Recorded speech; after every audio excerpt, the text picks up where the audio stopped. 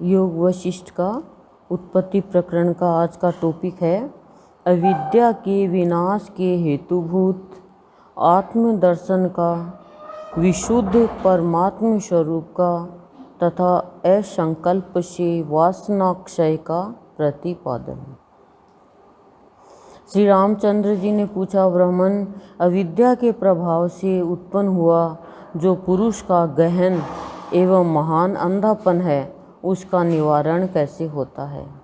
रामचंद्र जी ने प्रश्न किया है कि अविद्या के प्रभाव से जो उत्पन्न होता है क्या? अंधापन, और गहन और महान वो भी, उसका निवारण बताओ।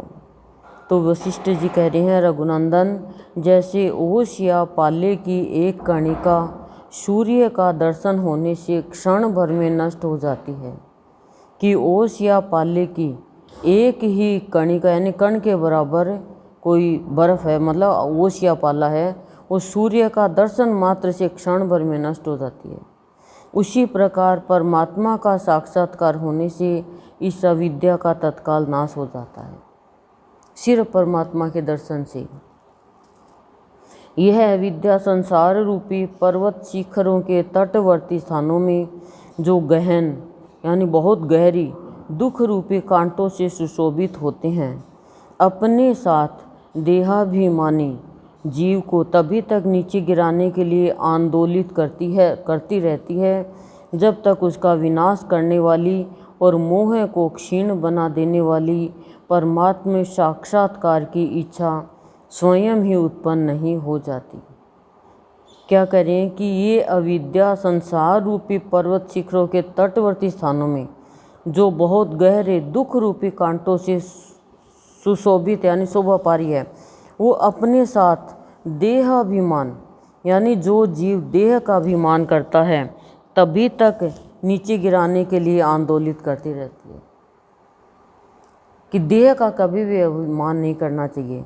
और जब तक उसका विनाश करने वाली और मोह को क्षीण बना देने वाली, किसको? अविद्या का विनाश और मोह को कमज़ोर बना देने वाली परमात्मा साक्षात्कार की इच्छा स्वयं ही उत्पन्न हो जाती कि मुझे परमात्मा का दर्शन करना है, ये इच्छा अपने आप ही उत्पन्न नहीं हो जाती, तब तक ये मनुष्य को परेशान करती है। जैसे सभी दिशाओं में 12 सूर्यों के एक साथ उदित होने पर छाया अपने आप नष्ट हो जाती है, उसी प्रकार ज्ञान स्वरूप सर्वव्यापी परमात्मा का साक्षात्कार होने पर यह अविद्या स्वयं ही विलीन हो जाती है। रघुनंदन, बाह्य विषयों की इच्छा मात्र को यहाँ अविद्या कहा गया है।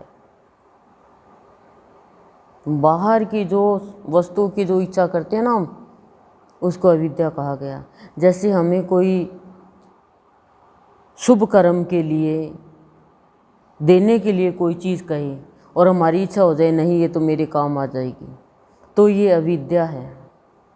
शुभ कर्म में तो कोई भाग्यशाली लगा सकता है, चाहे धन हो, चाहे कपड़ा हो, चाहे ज़मीन हो, चाहे सुवर्ण हो, चाहे चांदी हो, हीरा पन्ना भी हो, मेरे भगवान के यदि ये चीज़ काम आ रही है तो मेरे तो बहुत बड़ा भाग्य है।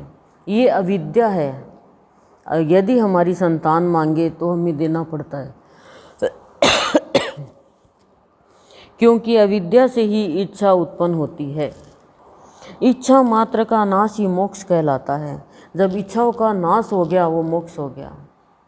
हमारी तो बहुत इच्छा रहती है, संसार की इच्छा, मतलब कोई इच्छा रहती नहीं है। बच्चे की क्या इच्छा रहती है? वो उसको बना दिया, वो पहन लिया, खिला दिया, वो खा लिया। ऐसा ही मनुष्य का पूरी ज़िंदगी भर जीवन होना चाहिए। आपकी क्या इच्छा है? मेरी तो कोई भी इच्छा नहीं है। क्यों? क्योंकि मेरा इच्छा होने से क्या भगवान पूरी कर देगा? लेकिन हम क्या कहेंगे, इच्छा है पोता हो जाए, पोते का मुंह देखूं, बहू का मुंह देखूं, बेटे का मुंह देखूं, नाती का मुंह देखूं, इनका मुंह देखूं। अब भगवान का मुंह देखने के लिए कोई इच्छा नहीं है।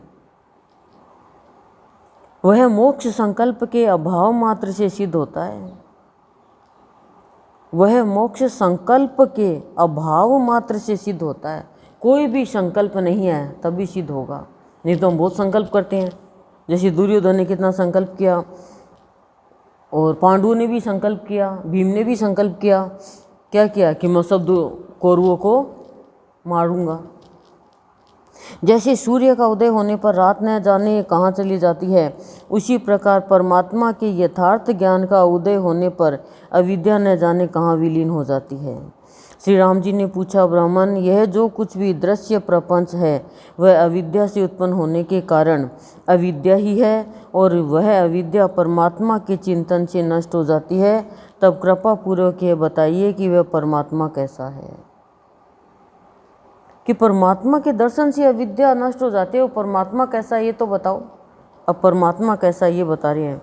श्री वशिष्ठ जी ने कहा, श्री राम, जो विषयों के संसर्ग से रहित, जो विषयों के यानी संसारिक विषय जो है उनके संसर्ग से यानी उनके संपर्क से, उनके संबंध से रहित असाधारण और अनिवर्चनीय चेतन तत्व है। वो असाधारण है और उसका कोई वर्णन नहीं कर सकता, वो चेतन तत्व है।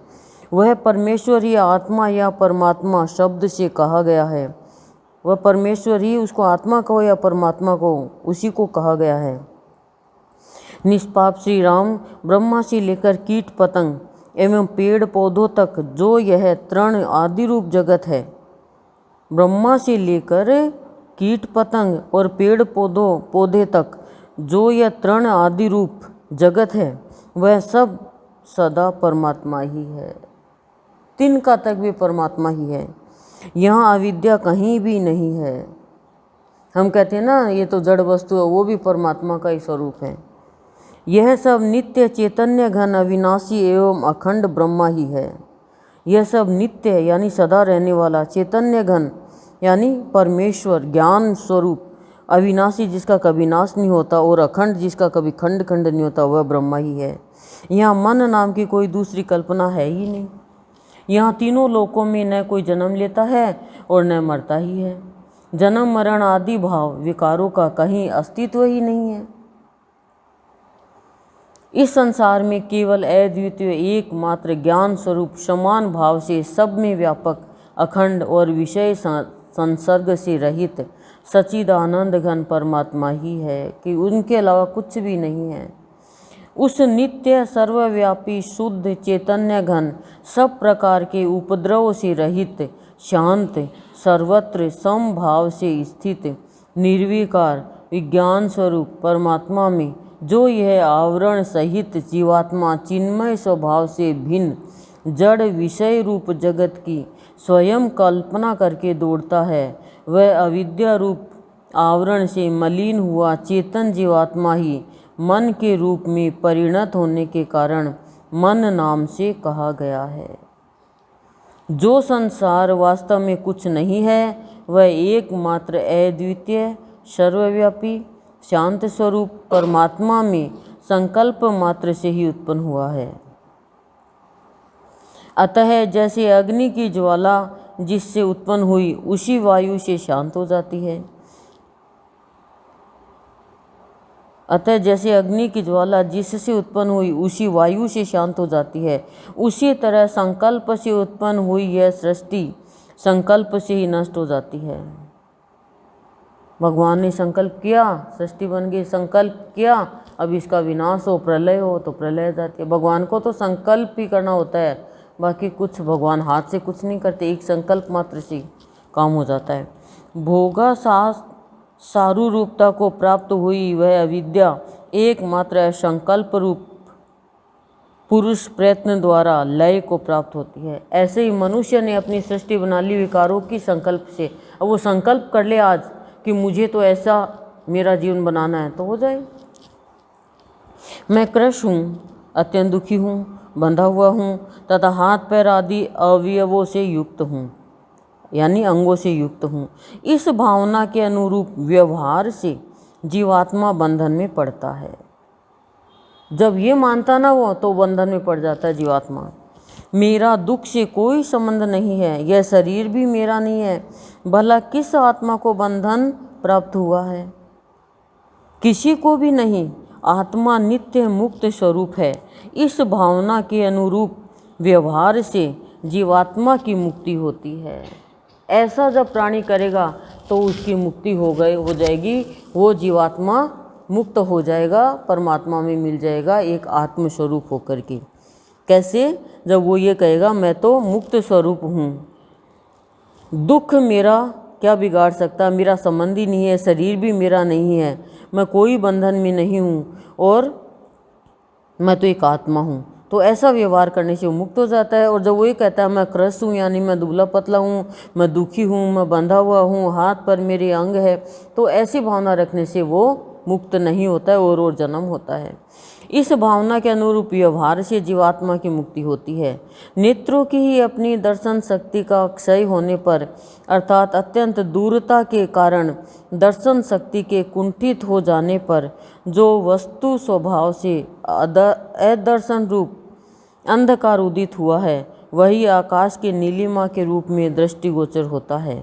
यह जान लेने पर, जैसे आकाश में कालीमा दिखने पर भी यह वास्तव में कालीमा नहीं है, ऐसी बुद्धि सुदृढ़ हो जाती है, वैसे ही अविद्या रूपी अंधकार को भी समझना चाहिए कि जैसे आकाश में नीलिमा है, कालीमा को हम सोच लें कालीमा है लेकिन कालीमा नहीं है, उसी तरह से अविद्या कुछ भी नहीं है, ये सोच ले, दृढ़ संकल्प कर ले तो प्राणी अविद्या से मुक्त हो सकता है।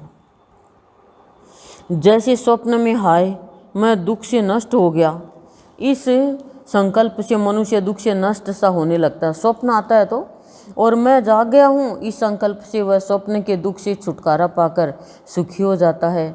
उसी प्रकार मन विषय के संकल्प से, उस स्वप्न का बताया ना, उसी प्रकार मन विषय के संकल्प से मूढ़ता को प्राप्त होता है। विषय का कोई भी संकल्प कर लिया, जैसे दुर्योधन ने विषय का संकल्प कर लिया स्थूल का कि मुझे राजगद्दी चाहिए, मुझे राजा बनना है, तो वो मूढ़ता को प्राप्त होता है, मूर्खता को प्राप्त होता है। और विज्ञान स्वरूप उदार परमात्मा के संकल्प या चिंतन से वह विज्ञान में ब्रह्मा की ओर अग्रसर होता है। कोई भी प्राणी परमात्मा का चिंतन करता है वो ईश्वर की ओर अग्रसर, सत्य की ओर अग्रसर होता जाएगा। मैं अज्ञानी हूँ, ऐसे संकल्प से यह अनादि अविद्या एक क्षण में प्रकट होती है और विस्मरण अर्थात संकल्प वासनाओं के मूलोच्छेद से यह विनाशशील अविद्या सर्वथा नष्ट हो जाती है। कि मैं अज्ञानी हूँ, मुझे ज्ञान नहीं है, ऐसा संकल्प कर लिया और अनादि अविद्या यानी जिसका कोई वो नहीं, अंत नहीं, वो अविद्या क्षण भर में नष्ट हो जाती है। कैसे? और विस्मरण और यानी संकल्प वासनाओं के मूलोच्छेद से, यानी उसको खत्म कर दिया, विनाश कर दिया मूल से, और ये विनाशशील अविद्या सर्वथा नष्ट हो जाती है।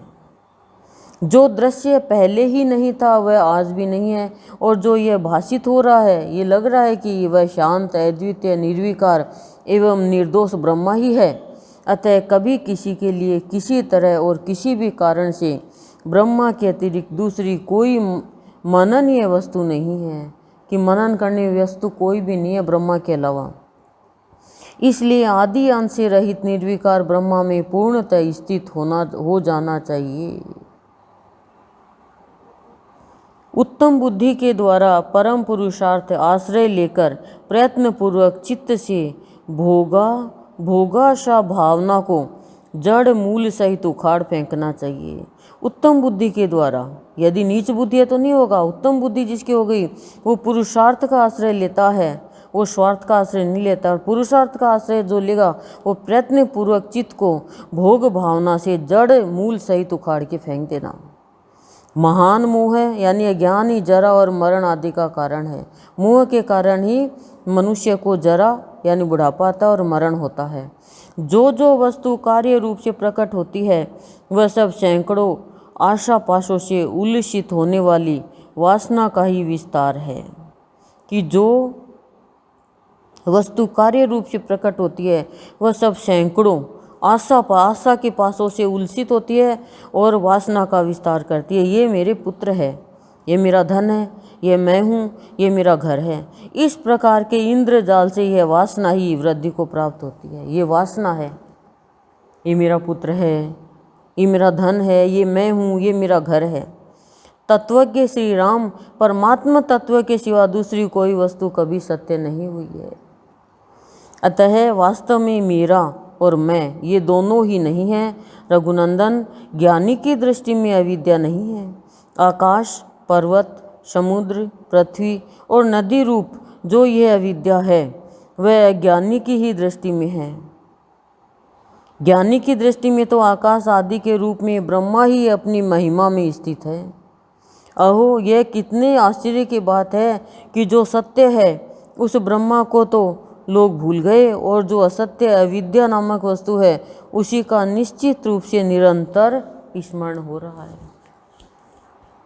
ब्रह्मा को तो भूल गए, पूजा पाठ सभी करते हैं, लेकिन जो निश्चित है और निरंतर सदा रहने वाला जो है उस सत्य को भूल गए। और जो टेम्परेरी है, परिवर्तनशील है, जो विनाश की ओर लेके जाता है, जो मोह उत्पन्न करता है, उनको स्मरण रखता है प्राणी। तो ये आज का टॉपिक 114 का पूरा हुआ। ओम शांति शांति प्रशांति।